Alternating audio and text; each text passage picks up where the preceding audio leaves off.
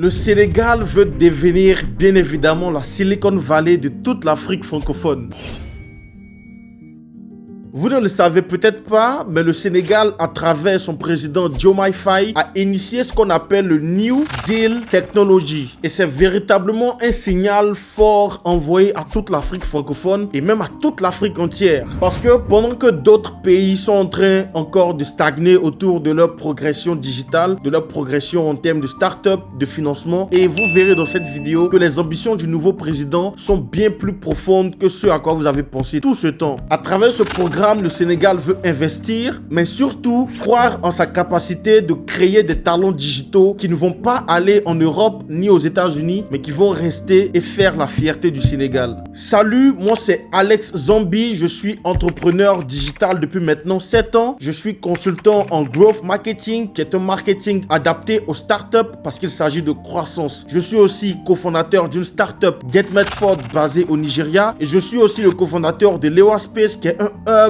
digital basé à Abidjan, Cocody Jules Verne. Et l'ambition derrière ce hub digital, c'est d'offrir un tout en un. C'est-à-dire à Lewa Space, nous cherchons à créer un environnement qui permettra à tout type d'entrepreneur de pouvoir scaler son activité. Alors, pourquoi est-ce que le Sénégal se démarque? Contrairement à beaucoup de pays africains, le Sénégal a su créer un écosystème qui se démarque très facilement. Wave, la licorne du mobile money, s'est d'abord installé au Sénégal avant de tester son application sur d'autres pays. On a aussi Paps, qui est une start-up logistique qui a levé plusieurs millions de dollars et qui vient du Sénégal. On a aussi PayDunia, qui est une application pionnière dans les paiements digitaux et qui développe des solutions qui arrivent à couvrir toute la sous-région. Et derrière tous ces succès, il y a en fait des structures beaucoup plus solides comme le CTIC Dakar, qui est l'un des tout premiers incubateurs francophones. Alors que la Côte d'Ivoire et le Cameroun restent encore derrière le Sénégal, mais malgré tout ça, le Sénégal n'a pas encore dit son dernier mot. Ils ont un objectif clair, devenir le hub digital, donc la Silicon Valley de toute l'Afrique de l'Ouest, car ils veulent pouvoir rivaliser avec des écosystèmes aussi robustes que celui du Nigeria et du Kenya. C'est tout le sens du New Deal Technology. Le New Deal Technology a effectivement été lancé le 25 février 2025. Ce plan vise à transformer le Sénégal en pionnier de l'innovation technologique d'ici 2035. Et c'est en fait un chantier qui est focus sur 4 grands piliers. D'abord, la souveraineté numérique. Le Sénégal veut pouvoir créer ses propres data centers, stocker ses données sur son sol, développer des solutions cloud locales et assurer une cybersécurité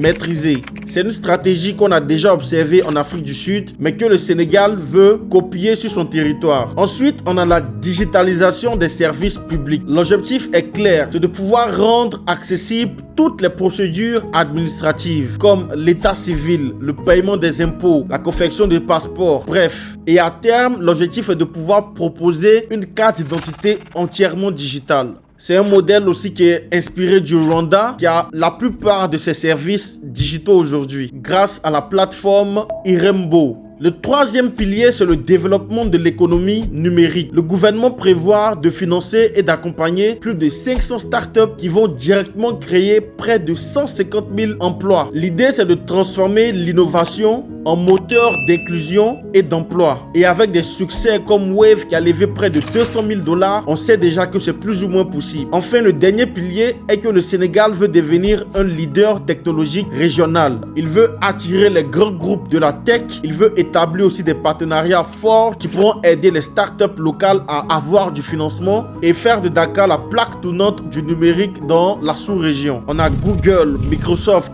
Visa, Mastercard qui se battent pour pouvoir s'implanter dans les pays anglophones comme au Nigeria, comme au Kenya, en Afrique du Sud. Pourquoi est-ce que ce ne serait pas le cas aussi pour Dakar? Mais ce projet a un coût. Le Sénégal prévoit d'investir près de 1105 milliards de francs CFA, soit près de 1,7 milliard de dollars. Mais attention, il reste encore 155 milliards à mobiliser. Une partie du financement viendra de l'État, mais le pays compte aussi et surtout sur des bailleurs internationaux comme la Banque mondiale et des investisseurs privés. C'est vraiment un plan audacieux, mais le plus dur réside dans l'exécution. Le premier défi, c'est le financement. Il faut s'assurer que l'investissement promis est effectivement débloqué. Le second, c'est l'exécution. On a vu trop de projets en Afrique parfaits sur papier, mais lorsqu'il s'agit d'exécuter, il n'y a plus personne. Le troisième défi aussi que le Sénégal pourrait rencontrer, c'est la formation. Parce que ce projet-là obligera le Sénégal à mobiliser près de 100 000 jeunes qui doivent obligatoirement être formés aux compétences numériques en moins de 10 ans. C'est un challenge vraiment colossal. Est-ce que le Sénégal peut rivaliser avec des pays comme le Ghana?